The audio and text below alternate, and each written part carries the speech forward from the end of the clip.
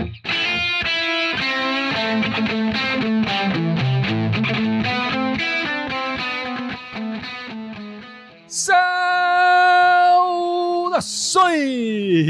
Vai, Corinthians! Vai, Corinthians! Esse é o podcast Irmandade Corintiana número 306. Eu sou o Guilherme, eu tô aqui com a Ana, com o grande Gibson e com o Dudu. E Ana, em uma palavra só, vou pedir pra todo mundo falar, mas por começar pela Ana, uma palavra só. Final de semana sem Corinthians é? Triste. Deprê, incompleto. Passivo. Puta comentário de contador. Pô, vocês já falaram triste, tem coisa pior que ser triste, você tem que inventar outra coisa aí.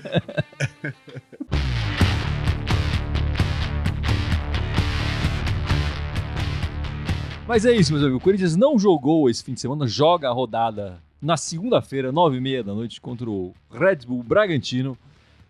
Mas nós temos bastante assunto aqui para comentar na Irmandade, né? Claro, falar do jogo da Copa do Brasil, importantíssimo aí no meio da semana e tudo mais. Mas eu queria começar, Gibson, com você. Enfim, a gente chegou aqui num acordo, um tempo atrás eu perguntei, né, se era Fica VP ou Fora VP. Aqui eu fui a Fica VP, o Gibson foi Fica VP, o Dudu também foi Fica VP, a Ana foi, talvez, quem sabe, e ainda estou analisando, enfim.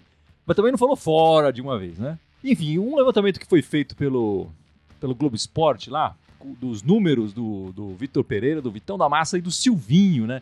Em porcentagem de aproveitamento, Gibson, eles estão parecidos, né? Estão parecidos. O Vitor Pereira está com 49,27% de aproveitamento e o Silvinho teve 48% de aproveitamento, certo? O Vitor Pereira está 176 dias no comando do clube, o Silvinho ficou 308 dias no comando do clube. Quer dizer, o número de partidas é meio parecido, mas 46 para o Vitor Pereira e 43 para o Silvinho, mas o Silvinho ficou muito mais tempo. Teve aquele mês e pouco ali de pré-temporada, enfim, também, né? De férias e pré-temporada que tá contando aí também, né? Mas mesmo assim, mesmo se tirar 50 dias do Silvinho, ele ficou muito mais tempo em dias no comando, apesar de ter um número parecido de partidas, né? Mas por que, apesar do aproveitamento ser tão parecido, Gibson, a gente quer continuar com o Vitão e queria chutar o Silvinho? Olha, dá pra argumentar sobre vários ângulos. O primeiro deles é que, embora o aproveitamento seja efetivamente nos números parecido, o VP conquistou isso aí jogando 3 vezes com o Boca Juniors, chegando na semifinal da Copa do Brasil, estando no G4 do brasileiro. O Silvinho chegou perto disso, não chegou nem próximo disso, né? Então, são comparar alhos com bugalhos, né? Acho difícil comparar só os números se você não analisar contra quem foram esses jogos, em que circunstância foram esses jogos. Assim, isso dito de lado, né? O Silvinho, cara, mentia descaradamente nas entrevistas. Era coisa bizarra, cara. O time jogava de maneira depressiva e ele, não, estamos melhorando, né? E o cara nem técnico era, tá? Foi estagiário lá, e veio pra cá, preencheu um buraco que ninguém queria, vamos falar a verdade, ninguém naquele momento queria assumir o Corinthians. O Corinthians não conseguia achar um técnico. Apostou uma aposta. Aposta que deu errado. O VP não. O VP ele pode irritar a gente com várias coisas. Ele é super intransigente nessa questão do rodízio do elenco, talvez mais do que... Ele faz um rodízio mais severo que a gente gostaria que fizesse no elenco.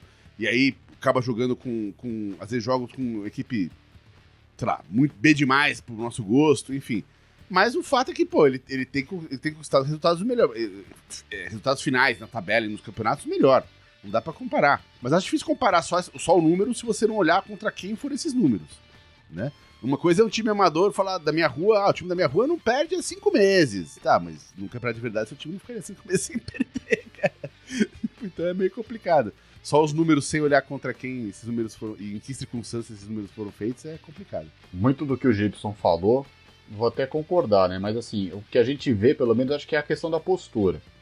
A questão de chegar, de entender do que tá querendo fazer, daquilo que tá querendo demonstrar, aquilo que ele quer que o time proponha, entendeu? Ele fala com mais consciência de táticas, de linhas defensivas, de posicionamento, até pela parte de rodízio, né? Uma característica que a gente não tem aqui, mas lá fora tem muito essa questão do rodízio, explicando as situações que ele quer, o que os jogadores precisam fazer. Mas assim, ele passou mais confiança. E você vê os jogadores, acho que eles respeitando um pouco mais, até pelo conhecimento que ele tem e que o Silvinho não tinha.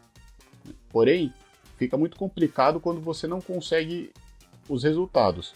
O Silvinho, ano passado, a gente caiu fora logo na Copa do Brasil, né? Primeira partida que ele fez lá no jogo ida e volta. E a gente ficou lá, tipo, terceiro, quarto, quinto, caía, mas a gente não conseguia ver uma evolução. Quantas vezes aqui a gente falou, poxa, a gente teve a oportunidade de, às vezes, ficar em terceiro com tranquilidade, segundo com uma certa tranquilidade. E não, eram momentos que a gente perdia. O VP a gente foi meio prejudicado pelo calendário, não só no Corinthians, mas ele não conseguiu ter uma semana praticamente de treino, né? Ele vai ter os primeiros dias aí meio que tranquilos agora para poder pegar jogadores descansados. Porque mesmo com essa história do rodízio, ele era muito jogo, era jogo atrás de jogo, jogadores lesionados, ele pegou muita lesão, ele deu muito azar.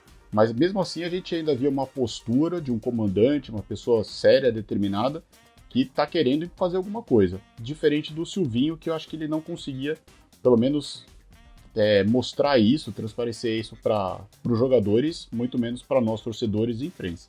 O que você falou mesmo, que os meninos já falaram, tipo, um ficou, se não me engano, 300 e poucos dias, o VP tá 100 e poucos dias, só que o número de jogos são os mesmos. Quanto mais você entra em campo, repetidamente, sem ter um elenco grande, como é o caso de outros times, maior chance de você ter um desempenho mais fraco e você não conseguir jogar 2 competições ou 3 ao mesmo tempo. Para ser justo, a gente teria que comparar o VP jogando só o brasileiro, assim como foi o Silvinho. E outra coisa, nós tomamos 2-0 do Atlético Goianiense com o VP, e com o Silvinho um conseguiu virar, outro não. Então... Se pegar o Atlético Goianiense com parâmetro, né? Na Copa exato. do Brasil, um passou, o outro não passou. Um foi em casa, outro foi fora de casa, né? Exato. É o desempenho, né? O que a gente vê é resultado. O que a gente vê no VP é melhor resultado, porque desempenho é muito difícil você cobrar. É muito difícil você cobrar desempenho de um time que tem 9, 10 machucados no meio da temporada e que tá jogando a cada 3 dias. Então o que a gente vê é só o resultado. E infelizmente esse número, ele é cru, né? Ele só mostra o valor. Ele não mostra o que aconteceu no ano, né? É muito, muito fácil. Você vai achar número pra defender ou pra atacar o VP sempre, né? O problema é o que tá por trás do número. Eu acho que é um pouco isso, né? Você olhar o número frio, você não tá vendo o que tá acontecendo de fato. E a percepção também passa muito pelo que o Gibson falou das coletivas, né? Eu não conseguia assistir uma coletiva do Silvinho. Uma porque eu não entendia bolhufas o que ele falava, né? Quando ele conseguia ser entendido... Ninguém entendia, Guilherme, era só você. Eu não concordava com nada com o que ele falava. E aí eu ficava pensando como é que ele se comunicava com os jogadores, né? Será que os jogadores estão entendendo o que ele está pedindo? Será que os jogadores estão entendendo o que está sendo falado? Enfim, e várias outras coisas, né? A gente não concorda com tudo que o Vitor Pereira fez em campo. A gente, nas nossas lives aqui, nos nossos podcasts, a gente já discordou algumas vezes. Mas ele tá tentando esquemas diferentes, ele tá tentando posturas diferentes no time, tentando jogadores diferentes, enfim. E com o Silvinho a gente viu uma repetição dos mesmos sem evolução, né? Sem um efeito prático. Não foi à toa que ele caiu com 3 rodadas do Paulista, né? Ele devia ter um time do Paulista depois de uma pré-temporada bem diferente. E a gente via a mesma coisa da última rodada lá do Brasileiro, a gente lembrou disso, né, hoje. A gente acabou almoçando, fazendo um almoço aqui da Irmandade junto, o Dudu lembrou do jogo contra o Juventude, lá o último jogo do Brasileiro do Silvinho, que foi depressivo. E a gente viu o começo do Paulista do Corinthians ia na mesma direção. Né? Mas eu acho que é isso. O Vitor Pereira tá fazendo o melhor trabalho com o Silvinho, apesar dos números, se você for olhar o aproveitamento ali, tá parecido, né? Bom, enfim. Amanhã temos o jogo contra o Bragantino, né? Segunda-feira, 9h30 na Neoquímica Arena. E a minha pergunta que fica é, Ana, e o Brasileirão? Como é que fica? A gente vai jogar a Vera o Brasileirão agora com tempo, né? Não, eu acho que nós vamos jogar a Vera. Eu espero uma vitória amanhã, já que vão me fazer dormir meia-noite em plena segunda-feira. Eu espero que o Corinthians ganhe, pelo menos, né? É o mínimo que a gente espera que o Corinthians faça. Mas eu não vejo justificativa pra gente não jogar o Brasileirão a Vera, assim. Logicamente, a gente quer o título da Copa do Brasil, acho que tem possibilidade da gente passar pra final. A gente conseguiu deixar em aberto, eles não têm vantagem nenhuma vindo para Itaquera, ao contrário do que aconteceu na última. Mas a gente precisa de uma vaga na Libertadores. Só a constância na Libertadores vai fazer a gente ganhar mais dinheiro, ter um time forte, tudo isso. Então, arriscar só na Copa do Brasil eu acho demais, assim. Eu acho que a gente precisa se manter ali entre os 4. e passa por 2 vitórias, essa do Bragantino e a próxima contra o Internacional. É isso, né, Dudu? E, Dudu, a rodada tá sendo boa pro Coringão? Como é que tá sendo a rodada do Brasileiro, por enquanto? Por enquanto, a rodada tá fazendo com que o Corinthians, vencendo o jogo amanhã, recupere posições, né? O que é importante pro Corinthians. Poder ficar assim entre o G4, tentar se consolidar, até porque caso o título brasileiro não venha, mas é aquilo que a gente fala assim, poxa, mas é melhor você terminar segundo, terceiro pela premiação, pelo dinheiro. E, consequentemente, o que a Ana falou, pegar a vaga direto na Copa do Brasil, pra gente se livrar da pré-Libertadores, não só pelo histórico que a gente tem, mas para poder ter mais tempo para treinar o time também. Com o time que a gente tem agora jogando 2 competições, acredito que dá para ficar, sim, entre os 4 primeiros do Brasileiro. E, Gibson, na partida de amanhã contra o Bragantino, na Copa do Brasil a gente tá vendo um time que a gente tá imaginando que é o time titular. Ele deve escalar o mesmo time sem poupar, sem ser time B? Eu esperaria agora, porque agora, como a gente saiu da Libertadores, agora que a gente vai começar a ver esses buracos na nossa tabela, vai começar a pintar essa semana livre, enfim, vai ter tempo para poder treinar mais, recuperar o elenco, enfim. Esse, como é o primeiro jogo, enfim, é antes ainda de ter essas folgas, eu imagino que talvez ele possa poupar alguém, porque, sei lá, o cara deu uma sentida no jogo, saiu do jogo sentindo. Mas fora isso, eu imagino que ele vai com um time forte amanhã, né? Se não for os 11, que seja pelo menos 9 daqueles 11, né? E eu acho que a partir daí, a tendência agora é se jogar sempre com um time forte. E eu imagino que agora a gente vai focar mais no brasileiro. Até falando da criação anterior teu, eu acho que ele não vai largar a mão, não vai largar o osso do brasileiro e vai jogar a Vera pra manter o G4. Eu, assim, matematicamente falando, eu acho quase impossível a chance de título. Acho muito complicado, né? Mas tem que se manter ele na frente, como o Dudu falou. Quanto melhor a posição, mais dinheiro ganha, enfim, né? Eu acho que isso é o que interessa agora, né, pro clube. E jogar a Copa do Brasil, tá lá. Vamos tentar vencer aqui pra conquistar a vaga na final e vamos rodar o dado. Na final roda o dado, vamos ver o que acontece, né? Agora, eu acredito que amanhã ele vai vir com uma escalação forte, sim. E olhando a tabela, né, quando a gente olha pra tabela, a gente percebe que do segundo até o 6º lugar, tá tudo meio embolado ali, tudo meio misturado. A gente tem que aproveitar que tá com a semana livre, né, para treinar mais, ganhar partidas e se solidificar uma posição mais alta da tabela, porque existe diferença se você classificar em quarto ou se classificar em sexto.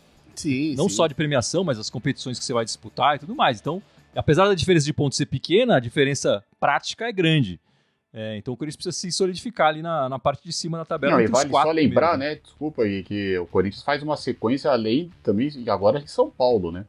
Então também é mais para poder recuperar jogadores, descansar, são uma sequência de jogos em São Paulo que traz um favorecimento, né? Não tem viagem, desgaste, ônibus, enfim. Então, quem sabe tudo isso ajuda. Bom, pela Copa do Brasil, a gente empatou, né? Fora de casa, 2-2 contra o Fluminense, lá, o gol do Renato Augusto e do Roger Guedes. Saímos atrás 2 vezes e fomos atrás do empate 2 vezes. O Roger Guedes marcou o gol lá no final do jogo. A gente já tinha falado, inclusive lembrou disso no podcast anterior, que contra esse adversário carioca a gente sempre teve sorte na Copa do Brasil e passou. E normalmente também assim, com um empate fora de casa, já conseguimos isso, e uma vitória em casa, que é o que a gente vai descobrir nos próximos dias, aí se a gente vai conseguir, e aí seria o suficiente uma vitória simples, classifica o Corinthians, né? O Corinthians chegou às 7 semifinais da Copa do Brasil, essa é a 8ª. Em 6 vezes nós classificamos, nós conseguimos a classificação, né? Em 2 oportunidades nós empatamos a primeira partida. Foi em 2009 contra o Vasco e em 2018 contra o Flamengo. E depois a gente conseguiu se classificar no jogo seguinte. Enfim, o que você está achando, Ana? A gente está indo pelo mesmo caminho? Como é que você viu essa partida do Coringão na Copa do Brasil? Eu acho que foi uma partida com desempenho bom, mas foi uma partida, um primeiro tempo bom, eu achei. Mesmo tendo tomado um gol logo no começo, que eu acho que o Corinthians tem que prestar atenção. Começo dos 2 tempos, né? Exato. Quando o VP chegou, se a gente lembrar um pouquinho, a gente estava começando a tomar muito gol no comecinho dos jogos. Isso depois parou e agora, nesse jogo do Fluminense, voltou de novo. A gente precisa prestar atenção no início e no final dos jogos, né? Sempre. Mas eu acho que o Corinthians tem tudo para classificar. Eu não sou fã do Diniz, não sou fã desse time do Fluminense, eu acho que é mais marketing do que qualquer outra coisa. Então, eu acho que o Corinthians tem tudo para se classificar. Como é que você vê essa semifinal aí, Gibson? Jogo de volta na nossa casa. onde nós marcamos quantos gols na Neoquímica Arena nessa Copa do Brasil? 10 gols em 3 partidas? Uma coisa assim, Então, eu acho que vai ser um jogo difícil, cara. O time dos caras é agressivo, não é bom, eu também não sou fã de Diniz, como diz a Ana, também não sou. Mas o time dos caras dá trabalho. Eu acho que a gente tem vantagem por estar jogando na arena, tá jogando em casa com a torcida. Se tomar cuidado pra não tomar aqueles gols idiotas que a gente tomou no começo de cada tempo, tem chance. Mas eu chutaria assim, pra mim tá muito parelho essa disputa. Né? Pra mim é 55-45 pra gente. Né? Não é muito mais que isso, não. Tá tão equilibrado assim, Gibson? Eu tô achando que tá equilibrado. Não vai ser um jogo fácil. Acho que nem a Ana falou, não vai ser um jogo fácil. Mas também não sou muito fã do Diniz, assim, da tática. Eu acho que o VP só precisa aprender um pouco a marcar esse esquema de saída, né? Você faz uma marcação um pouco mais elevada, né? Eu acho que vai dificultar eles. E eles vão ter que propor o jogo, eles gostam de propor o jogo, mesmo jogando fora de casa. Então o Corinthians vai ter espaço, vai ter que aproveitar oportunidades. Eu acho que o Corinthians precisa só finalizar mais, né? Precisa melhorar um pouco a criação. Acho que o Renato Augusto, sendo titular agora voltando, vai conseguir fazer isso. E a gente precisa ter só mais finalização do gol, chutar mais o gol, porque o jogo, a gente até falou no podcast, mas assim, depois você para pra ver o jogo, ver algumas coisas. Se não fosse, acho que talvez o vacilo com 30 segundos lá do Fagner, era um jogo que o Corinthians acho que podia até ter tido melhor sorte, não. Porque o Corinthians jogou bem, não vai ser fácil. Acho que dificilmente, né, vai ser 4, que nem a gente viu que tá acostumado a ver na arena. Mas acredito que a gente vai passar, né? Estatisticamente a gente sempre passou pra final quando pegou um Carioca na Copa do Brasil. E não vai ser esse ano que essa tradição vai ser quebrada. Então, que seja, né? Que continue lá, o empate fora, a vitória em casa. Bom, meus amigos, e esse ano o nosso Cassião Gigante atingiu números espetaculares. Enfim, a gente já comentou aqui algumas vezes do Cássio, né, Dudu? Mas ele também tá fazendo um ano gigante no gol. Enfim, fez defesas na quarta-feira importantíssimas. Acabou sendo eleito aqui o craque do jogo pela Irmandade Corintiana. E todo mundo não. O nosso universo corintiano. Muita gente pedindo o Cássio na seleção, né? Você acha que é o caso, Ana? Não, deixa ele com a gente, melhor. Vai ficar melhor. Ele tá melhor onde ele tá. Tá melhor onde ele tá. Mas o Tite conhece o Cassião, né, Gibson? O Tite conhece, mas seria um demérito pro Cassião, né, Krabichuk? O que é maior? Corinthians ou seleção, velho? Tá nascendo com isso, por que vai querer com a seleção? Faz sentido. Tá querendo rebaixar o cara, bicho? E pra Copa do Mundo, pô, Gibson? E conhecer o Catar. Esse ele pode ir quando ele quiser conhecer o Catar. Ele tem dinheiro pra isso. O Tite conhece e tem toda a confiança no Cássio. É na segurança. Eu acredito que assim, acontecendo, o Cássio não deve ir, mas acontecendo alguma coisa com um dos 3 goleiros, acho que o Tite não vai ser bobo. Ele vai chamar um cara que ele confia que se precisar, já deu um Mundial pro Tite, né? O Tite tá buscando o Mundial menos qualificado, né? O Mundial certo ele já tem. Então, se precisar de alguma coisa, ele vai chamar o Cássio pela confiança dele. Mas acho que nós estamos bem servidos, os 3 dos goleiros lá. Só se acontecer alguma coisa, tô com a Ana, deixa o Cassião aqui. Até porque se ele for, a gente vai perder ele em alguns jogos nas últimas rodadas e a gente não quer isso. É verdade. O Carlos Miguel também foi bem, era interessante ver um pouco mais dele, né? Caiu nas graças da torcida rapidamente. O outro gigante, né? Que a gente tem no banco corintiano. Outro jogador que tem se destacado no Corinthians, Ana, especialmente depois da volta dele, né? Passou um período longo, machucado, se recuperando. É o nosso Renato Augusto, né? Maestro Rei. Renato Augusto, depois que ele voltou, já são 4 assistências e 1 gol, né? Com a camisa do Corinthians. E melhorou demais a nossa criação, né? Ah, sem dúvida, né? Ele é outro nível de jogador. Até quando vocês estavam falando do jogo de amanhã, a minha dúvida era se ele ia jogar ou não, porque ele jogou muito, né, contra o Fluminense, se desgastou bastante. Eu não sei se ele consegue, porque ainda não tivemos uma semana livre, né? Essa semana a gente jogou no meio de semana, então minha dúvida é se ele vai pro jogo ou não. Mas com ele em campo é outra coisa, né? Você já imaginou sem ele contra o Atlético Goianiense? 3 assistências dele contra o Atlético Goianiense. Só isso. Ia ser complicado, né? Só e isso. eu achei muito interessante ele depois na entrevista que ele deu depois do jogo, que ele falou que em certo momento do jogo, a hora que o Corinthians melhorou contra o Fluminense, depois do baque do primeiro gol, o VP colocou ele de segundo atacante, né, encostado no Yuri Alberto. E a gente viu que deu resultado. Talvez seja uma ótima opção ali para ele se desgastar menos, né? Como o VP joga teoricamente com 3 no meio de campo, ele inverte, ele coloca o Watson e o Roger Guedes no meio de campo e aproxima o Renato Augusto do Yuri Alberto. Eu achei que foi bem produtivo, assim, a gente viu o primeiro gol foi um golaço, né? Então talvez você consiga fazer assim e dar uma descansada no Renato Augusto, porque não é fácil você ficar indo e voltando para marcar o tempo todo, né? Enfim, ele sempre sofreu fisicamente, né? A gente sabe a carreira dele, das lesões e tudo mais. Ele não é jovem que nem a gente, né, Dudu? Mas é um baita jogador, né? Ele diferencia muito quando ele tá em campo pro Corinthians. E eu sei que você não perguntou isso, mas ele é um jogador que tá, como agora são 26 vagas, ele é um jogador que com essa crescente, nós imos para a final da Copa do Brasil, é um jogador que o Tite vai ficar de olho. Eu falei do Cássio, mas você acha que o Renatão tem mais chance? Não, mas o Renato tá sempre de olho. O Tite tá olhando o Fagner também, entendeu? É na confiança, ele sabe com o que ele pode contar. E o Renato Augusto ainda, é que o Paulinho tá machucado, né? Mas o Renato Augusto e o Paulinho são jogadores que o Tite não tem para fazer a função deles na seleção. Ele não achou ainda. Vale a mesma coisa pro Cássio. Se alguém machucar, lesionar ou ele não sentir firmeza, ele vai chamar quem ele conhece. Entendeu? Com quem ele pode contar. E o Renato Augusto é um desses jogadores, até pela qualidade que ele tem, que nem a Ana falou. Ele já jogou, ele faz várias funções no campo. E ele vai querer. Você acha que não? É a última oportunidade dele. Acho que quem mais quer essa oportunidade, essa chance aí de agora não ter mais lesão, jogar bem, fazer gol, disputar títulos, é o Renato Augusto. Cara, o Renato tá no... Ultimamente ele é o cérebro do time, tudo passa por ele, né? O que acontece de bom sai do pé dele.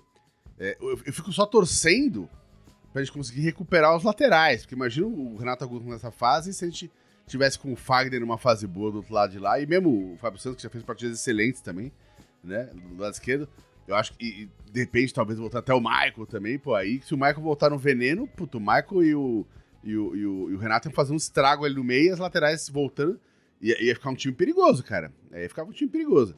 Mas eu acho que o Renato, atualmente, passa por ele, né? O jogo do Corinthians é nas costas dele. Sem o Renato fica complicado. Isso que você falou, a gente não viu ainda, né? Um meio campo com o Renato, o Maicon e o Fausto Vera. Né? Vai ser um baita meio de campo nosso. Outro jogador que tem se destacado no Corinthians nos últimos jogos, especialmente depois da saída do Willian assumindo a camisa 10, é o Roger Guedes, né, Ana? O Roger Guedes que você sempre apoiou, sempre foi uma defensora fervorosa do futebol, do nosso agora camisa 10. Você acha que a saída do Willian tem alguma coisa a ver com isso ou foi só uma coincidência? A gente pode falar que não a saída do Willian em si, mas ele sempre brigou para jogar na ponta esquerda, né? E ele agora tem sido escalado onde ele queria. Acho que ele tá rendendo mais. Apesar do gol que ele fez, foi um gol de centroavante, né? Ele tava jogando centroavante, mas eu acho que ele tá rendendo muito mais ali onde ele sempre pediu para jogar. E eu acho que ele tem mais liberdade hoje, né? Eu acho que com a chegada do Yuri, o Yuri inverte também, ele consegue abrir um pouco nas pontas e vai pelo meio.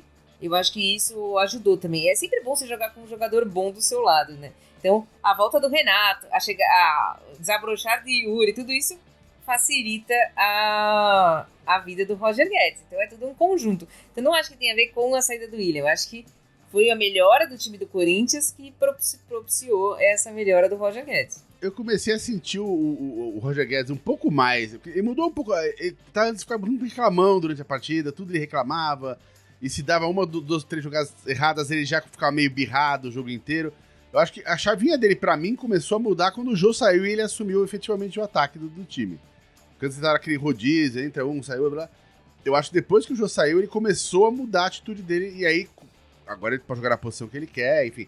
Concordo com a Ana, não é porque o Willian saiu, mas o time melhorou de produção. Mas com a produção do time aumentando, ele cresceu junto, claro, é evidente. Ele é o melhor atacante que a gente tem desde que ele veio ano passado, né?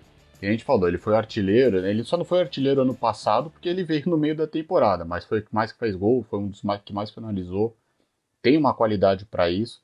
Mas assim, eu acho que foi como eu falei, uma junção do que a Ana e o Gibson falaram. O time do Corinthians melhorou e também ele se enquadrou no esquema do Vitor Pereira. Ele entendeu mais o que ele tem que fazer. Eu acho que ele parou de ser birrento, que nem o Gibson comentou. É isso, é só ele ter essa consciência de que ele pode ajudar o Corinthians ainda mais. Não sei se a questão do número ajudou, mas o time hoje que ele está jogando também é outro, é melhor. E quem sai ganhando é o Corinthians, né? A gente está precisando aí nessa parte aí que todo mundo esteja bem. E, meus amigos, depois dessa partida de segunda-feira contra o Red Bull Bragantino, o Corinthians entra em campo de novo contra o Inter de Porto Alegre no domingo, 4 da tarde, de novo na Neoquímica Arena aí. A gente tem que lembrar que na primeira parte do Brasileiro teve aquela confusão, né, do Rafael Ramos com o Edenilson ali, enfim, que ainda não se resolveu, não se chegou a conclusão nenhuma, mas o inquérito continua rolando ali, né? Não vai ser um jogo fácil, né, Gibson? Nem um pouco.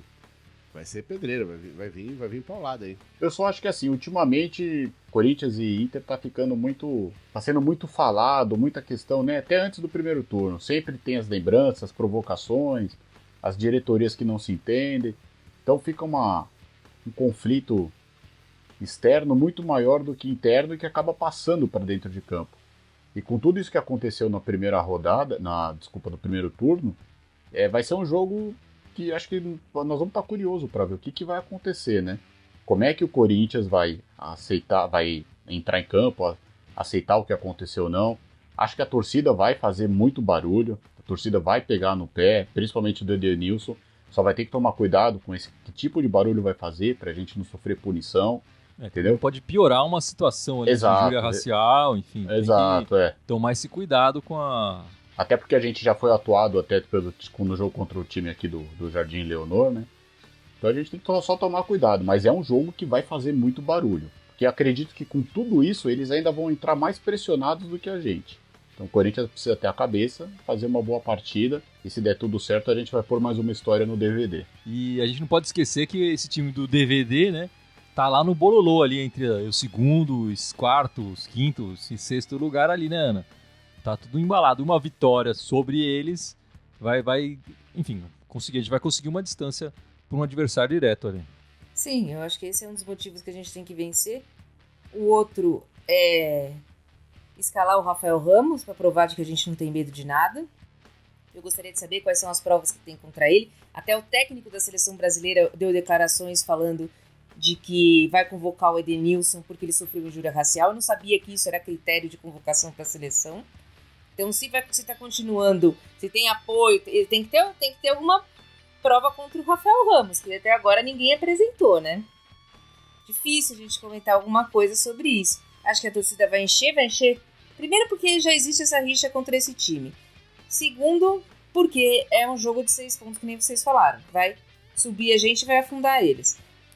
Concordo com o Dudu, eles vão vir mais pressionados, porque a gente vai ganhar do Bragantino e eles são fregueses de carteirinha do Juventude, eles vão vir de uma derrota do Juventude. Então, é um jogo nosso mesmo. Tem que fazer de tudo pra ganhar desse time aí. E Ana, como é que foi a semana das meninas do Coringão? A semana das meninas tiveram os altos e baixos, né? No meio de semana, devido a muitas lesões que o Corinthians estava tendo, até para poupar também por um jogo importante que era a semifinal do Campeonato Brasileiro, a gente jogou praticamente com o time sub-20 contra a Ferroviária, que historicamente é um time forte. Então a gente acabou perdendo esse jogo do Campeonato Paulista, né? Jogo da primeira fase do Campeonato Paulista para a Ferroviária. Mas o importante é que é a primeira vez que a gente teve uma jogadora vinda da base do Corinthians que fez gol no profissional do Corinthians, que é a Miracatu. Então tivemos esse marco aí. Já no final de semana, o Corinthians jogou na Neoquímica Arena. Ontem também deu 18 mil pessoas, um público muito bom pro Campeonato Brasileiro Feminino. E o Corinthians acabou, mesmo com todos os desfalques, usando uma tática nova, usando até uma tática emprestada do VP contra o Boca Juniors. Usou uma linha de 5 na defesa, que não é muito comum pro Arthur Elias, mas conseguiu vencer o time de verde, que tá forte, que foi o primeiro colocado do campeonato, em casa, 2-1. Quem não viu merece ver o gol da Adriana logo também no primeiro minuto, um golaço. Lá, vamos ver se a gente contra o Corinthians masculino faz gol no primeiro minuto também, né? Então, a gente agora vai ter uma paradinha e a gente volta na semana seguinte com 2 clássicos, contra o time da Vila Sônia no Campeonato Paulista e na sequência contra o time de verde, a segundo jogo lá no Chiqueiro. Mas a gente tem tudo para conseguir a classificação, porque você vê a entrevista das meninas depois, as meninas estão focadas, as meninas sabem o que elas têm que fazer, todas ficaram, a gente conseguiu entrar dentro da tática do Arthur Elias, conseguimos se superar, e o Corinthians vai ter a volta da Tarciane, que nós estamos jogando sem zagueira, só com uma zagueira, que é, tecnicamente, a nossa zagueira mais fraca, mas é a única que tem. Então vamos ter até a volta da Tarciane, quem sabe a volta da Vicky Albuquerque. Vai ser um time mais forte contra o time de verde lá no segundo jogo. Esse derby que teve aí, né? Ontem eles fizeram o jogo do que o Fluminense, né? Marcavam um gol no começo, aí toma empate. Aí marcaram um gol no começo do tempo, só que não tomaram empate, né? Seguraram até o final da partida e fizeram o resultado. Agora tem que esperar o segundo jogo aí contra o time sem mundial. Vale ressaltar também que o jogo passou no Sport TV, né? Mas enfim, agora é pra cima, esses dois clássicos não vão ser fáceis os jogos, mas tem tudo pra gente poder ganhar esses dois jogos aí, e pelo menos um empatar, né? E passar pra mais uma final, que vai ser muito legal aí, não só pras meninas, mas também pra consolidar ainda mais o Arthur Elias, que é um baita técnico.